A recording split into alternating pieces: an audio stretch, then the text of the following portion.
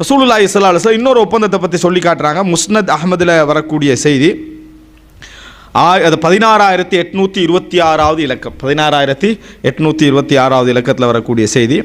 து மிஹ்மர் என்ற நபித்தோழர் அறிவிக்கிறார், ரசூலுல்லாஹி ஸல்லல்லாஹு அலைஹி வஸல்லம் சொன்னார்கள், பிற்காலத்தில் நடக்கக்கூடிய ஒரு சம்பவம், துசாலிஹூனர் ரூம சுல்ஹன் ஆமினா, ஒரு கட்டத்தில் நீங்கள் கிறிஸ்தவர்களோடு ரோமர்களோடு என்ன செய்வீர்கள், ஒப்பந்தம் கொள்வீர்கள். எப்படி என்ன சேஃப்டியான ஒரு ஒப்பந்தம் என்ன செய்வீங்க, பண்ணுவீங்க, அக்குது பண்ணுவீங்க, முஆஹதா பண்ணுவீங்க அப்படின்னு ரசூலுல்லாஹ் சொல்கிறாங்க.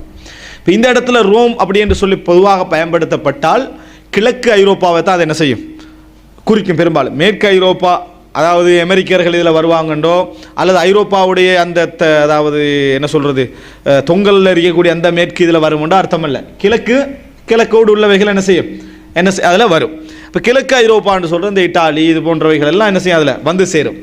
இப்போ இந்த பகுதியெல்லாம் அதாவது ரூம் என்று சொல்லி அழைக்கப்பட்ட காலகட்டம். காரணம், இந்த கிறிஸ்தவர்கள் தான் சிரியாவில் ஊடுருவினாங்க, இங்கே மற்ற இடங்களில் எகிப்தில் இங்கெல்லாம் ஊடுருவினவர்கள் யார், இவர்கள் தான். அப்போ அவங்களுக்கு பயன்படுத்தப்பட்ட வார்த்தை ரோம் என்ற வார்த்தை தான் அவர்களுக்கு என்னது பயன்படுத்தப்பட்டது. குர்ஆனும் குலிபத்தி ரூம் அப்படின்ற வார்த்தை தான் என்ன செய்யுது, குர்ஆனும் யூஸ் பண்ணுது. அவர்களோடு நீங்கள் ஒப்பந்தம் பண்ணுவீங்க. எதுக்காக வேண்டி ஒப்பந்தம் பண்ணுவீங்க அப்படி என்று சொன்னால், இஸ்லாமிய ஆட்சி பெரிய பலத்திலிருந்து ஹிலாஃபத்தில் இருக்கிற டைமில் தான் ஒப்பந்தம் பண்ணுவாங்கன்னு சொல்லலை. இப்போ என்னன்னு சொன்னால், இது எந்த ஒப்பந்தத்தில் இந்த என்ன ஒரு நல்ல ஒரு படிப்பினை ஒன்று இருக்குது, அதை முடிச்சுட்டு சொல்கிறேன் பாருங்க. வத்தஹ்ஸூன அன்தும் வஹும் அதுவம் மின் வராஇஹிம், நீங்கள் யுத்தம் செய்வீர்கள், நீங்களும் அவர்களும் அவர்களுக்கு பின்னால் இருக்கக்கூடிய எதிரிகளோடு யுத்தம் செய்வீர்கள். ஸோ இந்த எதிரிகள் முஸ்லிம்களுக்காக எதிரிகளாக இருந்தாலும் அந்த யுத்தம் கிறிஸ்தவர்களுக்கு எதிரான யுத்தம்.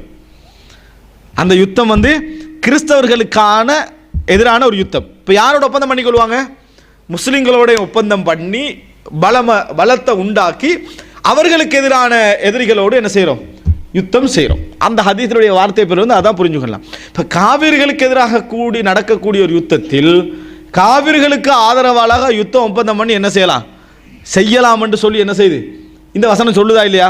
அதான் அவர்களுடைய எதிரிகளுக்கு எதிராக உங்களோட ஒரு ஒப்பந்தம் பண்ணி யுத்தம் செய்வார்கள். ரைட். அடுத்ததாக ஃபதஸ்லமூன வதகனமூன், நீங்கள் வெற்றி பெறுவீர்கள். அதில் தஸ்லமூனா தப்பிடுவீங்க, ஒத்தகனமும் நிறைய சொத்துக்கள் கனிமத்தெல்லாம் என்ன செய்யும், நிறைய கிடைக்கும். சும்ம தன்சிலூன பிமர்ஜின் தி துலூல், ரசூலுல்லாஹ் சொல்கிறாங்க, மர்ஜ் என்று சொல்கிறது புல்வெளி, பச்சை பசேல் என்று இருக்கக்கூடிய பெரிய வெளியே சொல்லி ரசூலுல்லாஹ் தி துலூல் என்றாங்க. தல் அப்படி என்றால் சின்ன சின்ன மலைப்பாங்காக இருக்கும், சின்ன சின்ன மலைப்பாங்காக இருக்கக்கூடிய அமைப்பிலான ஒரு பெரிய பிரதேசம், அல்லது அதை சுற்றி மலைப்பாங்கள் இருக்கக்கூடிய, மலைப்பாங்கிற மலை அல்ல, குன்றுகள் அமைப்பில் இருக்கக்கூடிய பிரதேசத்தில், ஆனால் பச்சை பசேலன்னு இருக்கக்கூடிய ஒரு பிரதேசத்தில் நீங்கள் எல்லாம் என்ன செய்வீங்க, செட் ஆகுவீங்க, இறங்குவீங்க. வெற்றி முடிஞ்சாச்சு, எல்லாம் கனிமத்துகளை பங்குறதுக்கு இறங்குறது. இறங்கினா வெற்றி முடிஞ்சாச்சு, ஃபயகூமு இலைஹி ரஜுலும் மினர் ரூம், ஒரு கிறிஸ்தவர் எழும்பிடுவார், ரோமா எழும்பி ஃபயர்ஃபஉ ஸலீப், சிலுவை அப்படி தூக்கி வச்சு சொல்லுவார், வயகூலு அலா கலப ஸலீப், சிலுவை வெற்றி பெற்று விட்டது அப்படின்றான். உனத்தை காட்டணுமா இல்லையா, காட்டிடுவாங்க. எப்படி சிலுவை வெற்றி பெற்று விட்டது அப்படி என்று என்ன செய்வார்கள், சொல்லுவார்கள். ஃபயகூமு இலைஹி ரஜுலும் மினல் முஸ்லிமீன ஃபயக்துலு, இதை சொன்ன உடனே ஒரு முஸ்லீம் எழும்பி ஒரு போடு, அவர் என்ன செஞ்சிருவாங்க, ஏன்னா யுத்தம் முடிஞ்சு வாளோடு இருக்கிற டைம் அல்லது ஆயுதங்களோடு இருக்கிற நேரத்தில் அலா என்ன கலப சலீபன்னு சொன்னால் அடுத்து அதான் நடக்கும். யுத்தம் முடிஞ்சு கொஞ்சம் வீட்டுக்கு போனால் தான் யுத்தம் மூடே மாறும். இது அந்த இடத்துல வச்சு என்ன செய்யுது நடக்குது, அவருக்கு என்ன வெட்டு புழுந்துடும். ஆனால் இப்போ ஒப்பந்தம் இவர்களுக்கு சேஃப்டியாக இருக்கணும்ன்றதான் அந்த வார்த்தைக்காக என்ன செஞ்சிடும், அதாவது அந்த டைமில் ஒப்பந்தம் பேசிக்க நிற்க மாட்டாங்க. நம்ம ஒப்பந்தத்தில் இருக்கிற ஒரு கொள்ள கூடாண்டெல்லாம் என்ன செய்ய மாட்டாங்க, பேசிட்டு ஒருத்தர் வெட்டிடுவார். அந்த வெட்டின சரியா பிள்ளைன்ற சொல்லலை, நடக்கும் அப்படின்றாங்க. அதுக்கு பின்னால் ஃபைந்ததாலிக்க தக்திருர் ரூம், இதன் என்ன செய்யணும், அந்த கிறிஸ்தவர்கள் சரி பிரச்சனை நடத்திட்டு இவர் இப்படி சொல்லியிருக்கக்கூடாது, நீங்கள் இப்படி வெட்டிருக்கக்கூடாதுன்னு போகணும்.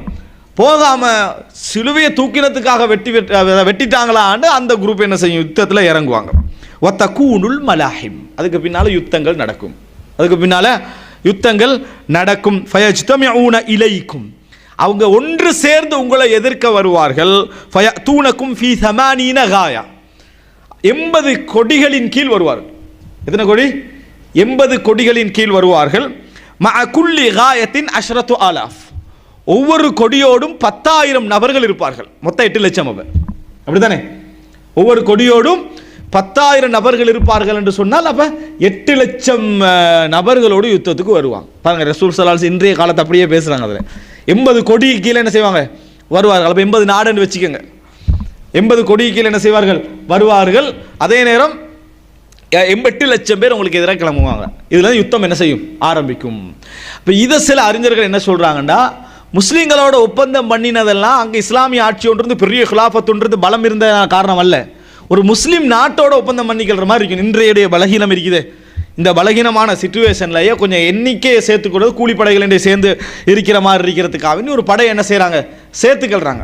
ஆனால் சிலுவையை உயர்த்தினா கோபப்படுற அளவுக்கான படையாகவும் இருக்கணும். இன்றைக்கு அந்த மாதிரி படை கொஞ்சம் குறவு.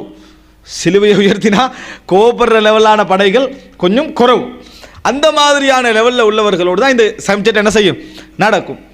இப்போ என்னென்னு சொன்னால், நமக்கு சண்டை பிடித்தா வெற்றி பெறுமா, இவ்வளோ அநியாயம் செய்கிறானே, நம்மளுக்கு அடிக்கிறானே, இவ்வளோ நம்ம திருப்பி அடித்தா நம்மளால் முடியுமான்னு ஒருத்தன் யோசிச்சுட்டே இருக்கிறான். அவன்கிட்ட நம்ம கையை பிடிச்சி நம்ம சொல்கிறோம், ஐயோ நம்ம ஒரு 10 பேர் இருக்கிறோம் வந்து அடின்றோம், எப்படி நான் நீ அடி நான் பார்த்துக்கிறேன்னு வைங்களேன். அடித்தவன் கீழே விழுந்துட்டான்னா அதுக்கப்புறம் நான் இருக்க மாட்டேன். ஏன் அடிக்கலாமா நினச்சிட்டு இருந்தேன், அடிச்சிட்டோம் கீழே விழுந்துட்டா, இனி தொடர்ச்சி தான். ஏன் நமக்கு இனி எல்லா பழியையும் வாங்கணும், அவ்வளோ அநியாயம் என்ன செஞ்சுக்கிறோம் பற்றிக்கிறோம் என்ற வேலை தான் அந்த யுத்தத்தில் நடக்குது. முஸ்லீம் சமுதாயம் ஏற்கனவே என்ன பாதிக்கப்பட்டு அநியாயம் செய்யப்பட்டு திருப்பி எழும்புறதா இல்லையா அப்படின்ற இருக்கிற டைமில் இவங்க அவர்களை பாதுகாப்பதற்காக வேண்டி ஒரு ஒப்பந்தத்தை இணைச்சுட்டு யுத்தத்தில் இறக்கி விட்ருவாங்க. யுத்தத்தில் இறக்கினா வெற்றி பெற்றால் இனி என்ன செய்யறது இல்லை, நிற்கிறது இல்லை என்கின்ற அமைப்பிலான ஒரு உற்சாகம் அந்த இதன் மூலம் என்ன செய்யும் கிடைக்கும் என்பதை ரசூலுல்லாஹ் சொல்கிறாங்க. இந்த செய்தியும் எங்களுக்கு ஒரு ஆதாரம். ஒப்பந்தம் காஃபிர்களோடு பண்ணலாம், எந்த அளவுக்கு பண்ணலாம் அப்படி என்று சொன்னால், அவர்களுடைய நலவுக்காக என்ன செய்கிறோம் நாங்கள் போய் சப்போர்ட்டாக நின்று அந்த இடத்துல யுத்தம் நடக்குது என்றதை நம்ம என்ன செய்கிறோம் பார்க்கிறோம். எனவே இந்த செய்திகள் எல்லாம் வெறுமனே ஒரு காஃபிருக்கு சலாம் கொடுத்துட்டா, ஒரு ஒபாமாவோட கை குலுக்கிட்டா விளங்கிட்டா அவர் இஸ்லாத்தை விட்டு என்ன செஞ்சிருவார் வெளியே பேத்துருவார் என்றதை என்ன செய்யலை சொல்லலை. அது என்ன செய்யலை சொல்லலை. இது இந்த விஷயத்தில் நம்ம என்ன கவனமாக இருக்க வேண்டும் என்னன்னா, ஒரு நாடு ஒரு முஸ்லீம் அல்ல சர்வதேச தொடர்புன்ற ஒரு பகுதி என்ன செய்து இருக்குது. அவர்களோட நடக்கிற சந்தர்ப்பங்களில் அதாவது கண்ணியமான நிலையில் இருந்து கொண்டு நம்ம தலை குனிந்து கீழே போய் என்றல்ல, இஸ்லாத்துடைய இடத்துல வைத்து கொண்டு காவிர்களோடு தொடர்பு ஒப்பந்தங்கள் பண்ணிக்கிறது, சில நாட்டுடைய நலவுகளை பாதுகாத்துக் கொள்வதற்காக செய்து கொள்வதெல்லாம் என்னது தவறு இல்லை என்பதையெல்லாம் இந்த செய்திகள் என்ன செய்கின்றன சொல்லி காட்டுகின்றன.